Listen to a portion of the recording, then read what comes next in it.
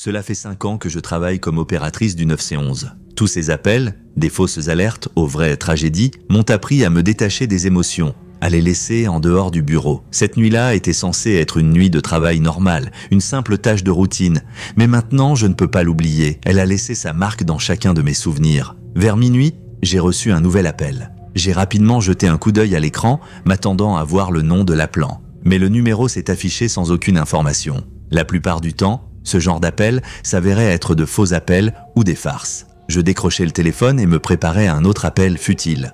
Le silence régnait à l'autre bout de la ligne. J'ai d'abord cru que la connexion était rompue, puis j'ai entendu un son à peine audible. En écoutant attentivement, je me suis rendu compte qu'il s'agissait d'une voix faible et tremblante. Quelqu'un essayait de parler, mais ses mots étaient noyés dans un murmure comme s'il parlait à quelqu'un de proche. Mon instinct m'a dit qu'il s'agissait d'un appel provenant d'un véritable site de catastrophe. Quelque chose me disait que ce n'était pas une blague. La femme à l'autre bout du fil parlait si doucement que je pouvais à peine entendre ses mots. Elle semblait désemparée, comme si elle luttait contre sa propre peur. Sa voix était pleine d'inquiétude et d'anxiété, et même à travers le téléphone, je pouvais sentir qu'elle paniquait. Quelque chose d'invisible la tourmentait, la paralysant presque de terreur. Les mots qu'elle prononçait à peine me troublaient encore plus, et je commençais à soupçonner que sa situation était beaucoup plus grave que je ne pouvais l'imaginer. Mon anxiété a commencé à croître. À l'époque, je n'arrivais pas à la localiser, mais j'essayais au moins d'en savoir plus sur la situation. Cependant, elle répondait à chacune de mes questions par des bribes de mots, sa voix tremblait encore plus, et elle commençait à répéter une phrase qui me paraissait inquiétante « J'ai peur ». Ces mots avaient dit quelque chose d'inhabituel. Ils ne ressemblaient pas à de la simple peur. C'était comme si elle avait vu quelque chose qui ne pouvait pas être décrit avec des mots, et cela me serra le cœur avec un pressentiment désagréable. Après quelques secondes, la connexion a été coupée. Je suis restée silencieuse, avec l'impression étrange d'assister à quelque chose d'inhabituel. J'ai consulté l'historique des appels, dans l'espoir de trouver un indice. C'est alors que j'ai remarqué que ce numéro nous avait déjà appelé il y a quelques semaines. L'appel était également bref et empreint de peur, mais elle n'a rien dit de particulier. Et la connexion a été coupée presque immédiatement. J'ai essayé de me convaincre qu'il s'agissait d'une simple coïncidence, mais au fond de moi, je sentais qu'il y avait quelque chose de plus, quelque chose qui essayait de m'atteindre à travers les fils du téléphone. 1 heure s'est écoulée. Il me semblait que j'avais déjà récupéré de cet appel, mais soudain, le même numéro est réapparu sur l'écran. En décrochant le téléphone, j'ai senti mon cœur sombrer dans un pressentiment désagréable. La même voix tremblante s'est fait entendre à l'autre bout du fil. Ces mots étaient toujours flous, mais cette fois-ci, elle a commencé à parler plus vite, comme si elle était pressée de dire quelque chose, de transmettre un message qui était une question de vie ou de mort. Un sentiment de peur inexplicable a commencé à monter en moi parce que sa voix, bien qu'à peine audible, avait quelque chose qui me rendait anxieux, même à travers les fils. Je ne pouvais plus rester indifférent et j'essayais de recueillir toutes les informations possibles. Mais chaque fois que je lui posais une nouvelle question, ses réponses devenaient de plus en plus fragmentaires et de moins en moins claires. La connexion a de nouveau été coupée, et ce fut le dernier appel. La nuit suivante, j'étais de nouveau de service, attendant qu'elle appelle, mais le téléphone n'a jamais sonné. J'ai été envahi par un inexplicable sentiment de culpabilité, comme si j'aurais dû en faire plus, mais que je n'y arrivais pas. Le lendemain matin, j'ai rassemblé toutes mes notes et j'ai revu le numéro. Il m'a fallu un certain temps pour réaliser que ce numéro appartenait à une femme qui avait disparu quelques semaines plus tôt et dont l'affaire avait été classée faute de preuves. Cette prise de conscience m'a fait froid dans le dos. Mes mains ont tremblé lorsque j'ai réalisé que ces courtes minutes avaient été ses derniers appels à l'aide. La peur qu'elle avait ressentie semblait s'être transmise à moi et je me retrouvais seul avec ce fardeau, avec le sentiment que je ne pouvais rien faire pour changer les choses. En réalisant avec horreur que la vie d'une personne avait disparu sous mes yeux, j'ai senti que je serais désormais constamment hanté par ce souvenir. Ce travail n'est généralement pas dangereux. Je suis agent de sécurité dans un vieux bâtiment abandonné depuis longtemps, qui devait être démoli il y a 1 an, mais dont les travaux ont été reportés. Mon service commence à 10 h du soir et dure jusqu'à 6 h du matin. Tous les étages sont vides et les sols sont recouverts d'une couche de poussière. Je ne suis là que pour veiller à ce que personne ne s'introduise dans le bâtiment et ne se fasse du mal. Cette nuit-là, j'étais de nouveau de service, et pour être honnête, j'ai eu du mal à le faire ces derniers temps. Le sentiment de désolation qui m'entourait était déprimant. Et parfois, alors que je marchais dans les couloirs vides, je me surprenais à penser que je pouvais entendre des pas derrière moi. Bien sûr, ce n'est qu'un jeu d'imagination, mais il est facile de se sentir mal à l'aise dans de tels endroits. Le bâtiment est situé à la périphérie de la ville, là où il n'y a que des ténèbres et des terrains vagues. Ma sécurité est requise ici jusqu'à ce que les derniers accords de démolition soient terminés et je dois vérifier chaque étage toutes les heures pour m'assurer qu'il n'y a pas de sans-abri ou d'adolescents qui pourraient décider de faire du tapage. Cette nuit a commencé comme d'habitude, calme et paisible. Je me promenais au rez-de-chaussée, éclairant ma lampe de poche, lorsque j'ai entendu quelque chose qui m'a immédiatement fait m'arrêter. Un bruit à peine audible comme un bruissement venait d'en haut.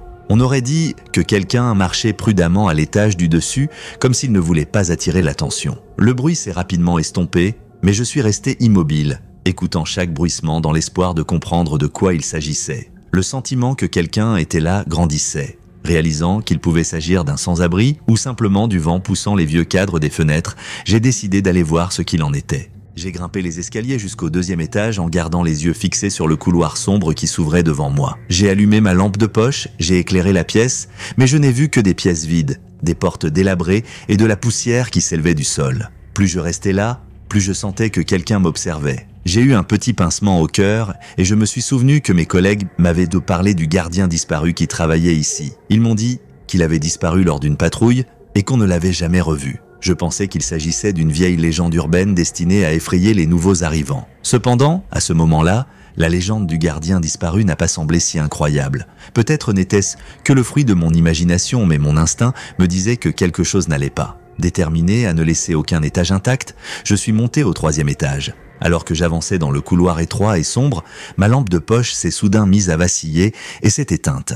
L'obscurité semblait m'engloutir et seul un rayon de lune à peine visible pénétrait par la fenêtre sale au bout du couloir. C'est alors que j'ai de nouveau entendu le bruit. C'était comme une respiration, lourde et intermittente, mais il n'y avait personne. J'ai essayé de me convaincre qu'il s'agissait simplement d'une fuite d'eau ou du bruit occasionnel d'un vieux bâtiment, mais tout mon corps criait « Sortez d'ici !» J'ai pris mon téléphone et j'ai décidé d'appeler le 911. Mais il n'y avait pas de connexion. Le bâtiment se trouvait dans un tel cul-de-sac que les ondes téléphoniques ne l'atteignaient tout simplement pas. Quelques minutes plus tard, j'ai trouvé ma radio professionnelle et j'ai commencé à demander de l'aide au centre. Quelqu'un a répondu à l'autre bout du fil, mais le signal était si mauvais que je ne pouvais distinguer que des bribes de mots.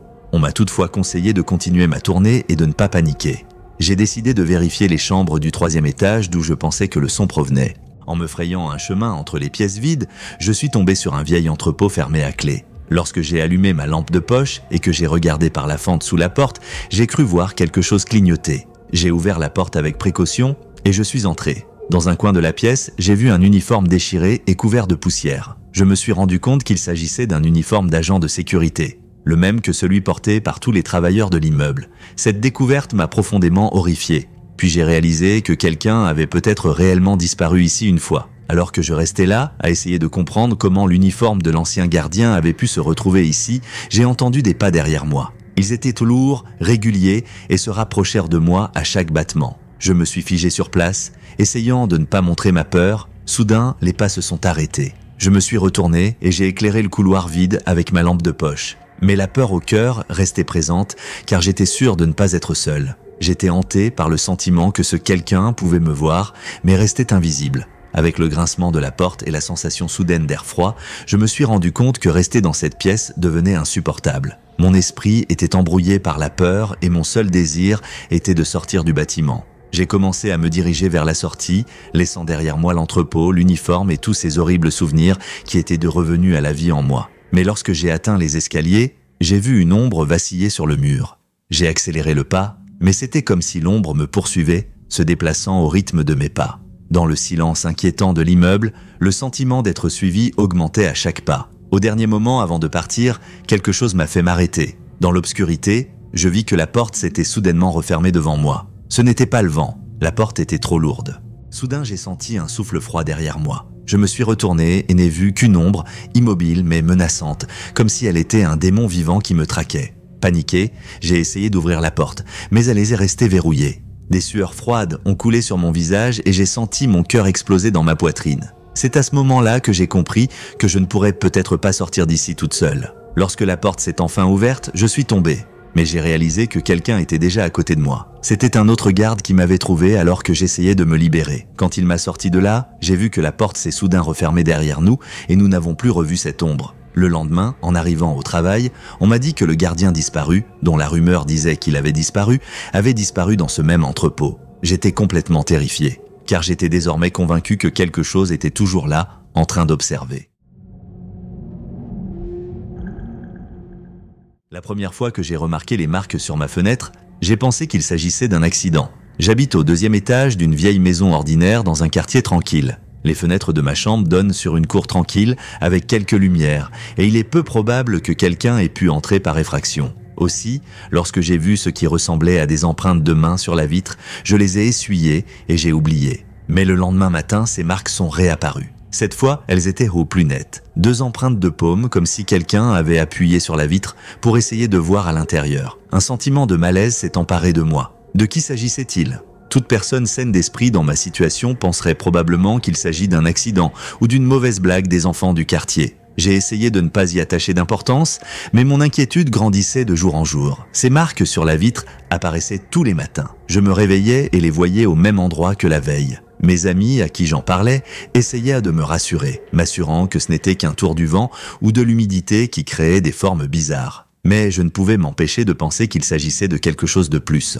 Un jour, j'ai décidé de les laisser toute la nuit sans les essuyer pour voir si cela changeait quelque chose. Le lendemain matin, les marques sont devenues beaucoup plus distinctes. On aurait dit que quelqu'un avait essuyé la vitre avec son visage et y avait laissé des empreintes de lèvres. Mon cœur a battu la chamade lorsque j'ai vu cela. Il était clair qu'il ne s'agissait pas d'un accident. Les marques ont commencé à apparaître tous les matins, créant une peur inexplicable mais constante en moi. Quel genre de jeu est-ce là ? Pourquoi quelqu'un essaie-t-il de m'effrayer ? Les nuits suivantes, je me suis réveillé, à peine éveillé, en écoutant chaque bruissement à l'extérieur de la fenêtre. Parfois, je croyais entendre des pas à l'extérieur de la maison ou des coups de lumière sur la vitre. Une fois, j'ai même osé me lever et regarder dehors, mais je n'ai vu personne. Le 4e jour, j'ai perdu patience. J'ai décidé d'aller voir la police. Les agents ont traité ma plainte avec un peu de scepticisme, mais ont tout de même accepté d'inspecter la cour et les fenêtres. Leur conclusion ne m'a pas rassuré.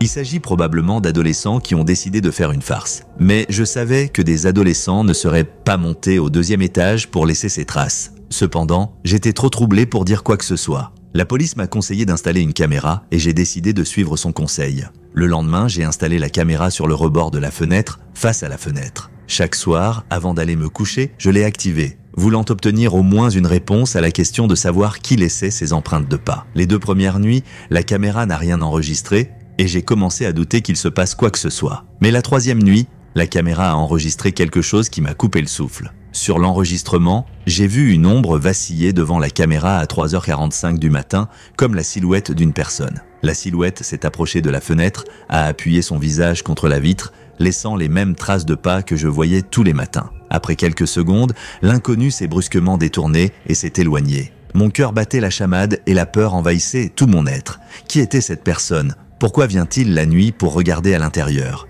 J'ai montré la vidéo à la police, mais ils m'ont dit qu'il n'y avait pas de visage sur l'enregistrement et qu'il était donc impossible de l'identifier. Ils m'ont à nouveau conseillé de fermer les fenêtres et d'être prudente. Cependant, chaque fois que la nuit approchait, ma peur augmentait. Je ne me sentais plus en sécurité, même dans ma propre maison. Le sentiment d'anxiété ne me quittait pas, me faisant sursauter à chaque bruit à l'extérieur de la fenêtre. J'essayais de ne pas paniquer, mais c'était difficile. Cette nuit-là, alors que j'étais assise dans la pièce sombre, à l'écoute de chaque bruit, j'ai entendu un grattement sourd sur la vitre. Ce n'était pas seulement un bruit, c'était comme une demande de me laisser entrer. Je n'ai pas pu me résoudre à aller à la fenêtre. Je suis resté là, figé, jusqu'à ce que le bruit s'estompe, et j'étais sur le point de m'endormir lorsque j'ai entendu un autre bruit. Un léger coup sur la fenêtre, mais cette fois-ci beaucoup plus fort. Au matin, j'ai revu les empreintes de mains et de visage. Elles devenaient de plus en plus nettes, comme si la personne qui les avait laissées se rapprochait de plus en plus de la vitre.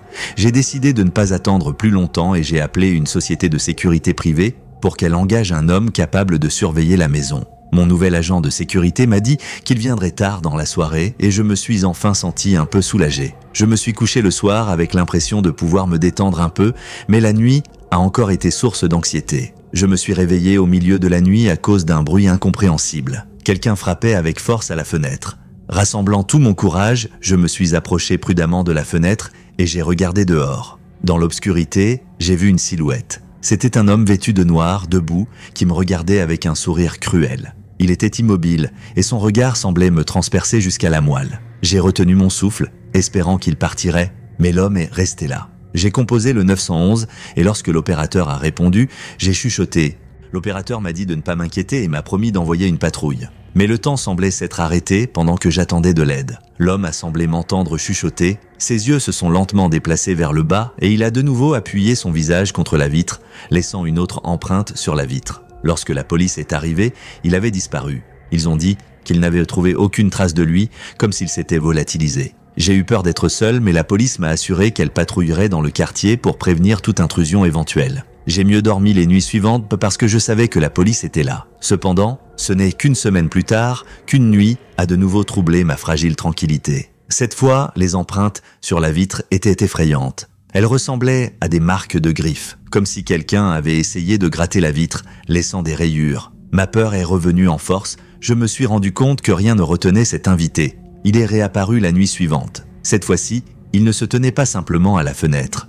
J'ai entendu la porte de mon appartement grincer doucement. Je me suis précipité à la fenêtre, essayant de trouver un moyen de sortir, mais l'homme est resté là à me regarder avec un sourire impudique. La police est arrivée à temps et a pu l'arrêter. Il s'agissait d'un technicien qui avait accès aux clés des appartements de mon immeuble, mais il était depuis longtemps soupçonné de comportements étranges. Ils m'ont laissé partir, mais j'étais toujours terrifié. Si vous avez été effrayé par ces histoires, ne manquez pas de regarder ma vidéo sur les incidents effrayants avec les transporteurs. Des histoires de voyages nocturnes qui se terminent dans l'horreur et de passagers qui vous mettent mal à l'aise. Cliquez sur cette vidéo pour plonger encore plus profondément dans le monde de l'inconnu et cliquez sur la cloche pour ne pas manquer de nouvelles histoires qui vous glaceront le sang. Rendez-vous dans la prochaine vidéo si vous osez.